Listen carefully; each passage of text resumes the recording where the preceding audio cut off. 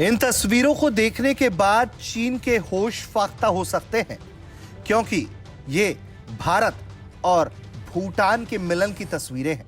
भूटान के प्रधानमंत्री शेरिंग टोब्गे अपनी पहली विदेश यात्रा के तौर पर भारत पहुंचे। भूटान के प्रधानमंत्री बनने के बाद उन्होंने पहली विदेश यात्रा के लिए भारत का चयन किया और सीधे भारत पहुंचने के बाद भारत के प्रधानमंत्री से भी मुलाकात कर ली। मुलाकात के दौरान की यह तस्वीरें, जो भाव भंगिमा है, जो दिल खोल के दोनों नेता एक दूसरे से मुलाकात कर रहे हैं, ये तस्वीरें चीन के लिए चिंता की लकीरें खींच सकती है, क्योंकि चीन हमेशा से भूटान को दबाने की कोशिश करता रहा है। वहीं भारत लगातार भूटान को अपना समर्थन देता रहा है। ऐसे में चीन के लिए इस यात्रा से और भी बुरी खबरें आने की संभावना जताई जा रही है। इन तस्वीरों ने ही चीन की पेट में मरोड़े उठा दिए होंगे। हालांकि ऐसा पहले भी होता रहा है कि भूटान में प्रधानमंत्री बनने के बाद वहां के पीएम सबसे पहले विदेशी यात्रा के लिए भारत को ही चुनते हैं। इस मुलाकात पर भारत के प्रधानमंत्री ने सोशल मीडिया एक्स पर लिखा कि मेरे मित्र और भूटान के पीएम शेरिंग से मिलकर खुशी हुई। इस कार्यकाल में वो अपनी पहली विदेश यात्रा पर भारत में है।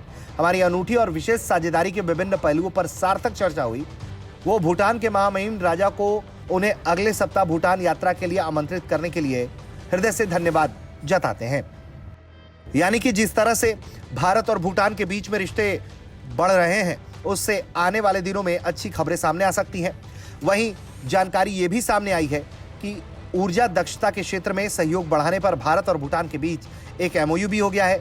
मंत्रिमंडल ने खाद्य सुरक्षा के क्षेत्र में सहयोग के लिए भूटान खाद्य एवं औषधि प्राधिकरण और भारत खाद्य सुरक्षा और मानक प्राधिकरण के बीच भी एक एमओयू पर मंजूरी दे दी है। विदेश मंत्रालय ने बताया कि भूटान के प्रधानमंत्री की यात्रा दोनों पक्षों को अनूठी साझेदारी में प्रगति की समीक्षा करने और भारत और भूटान के बीच दोस्ती और सहयोग की स्थायी संबंधों पर विस्तार करने के तरीकों और साधनों पर चर्चा करने का अवसर प्रदान करती है। इस दौरे से चीन इसलिए भी परेशान हो सकता है क्योंकि रक्षा सहयोग को लेकर भी भारत और भूटान में बड़ी तेजी से बातचीत चल रही है। ऐसे में अगर कोई बड़ा कदम उठाया गया तो यकीनन चीन के लिए वो परेशान करने वाली खबर होगी। अब देखना यह होगा कि इस दौरे पर चीन किस तरह से प्रतिक्रिया सामने रखता है। ब्यूरो रिपोर्ट, भारत तक।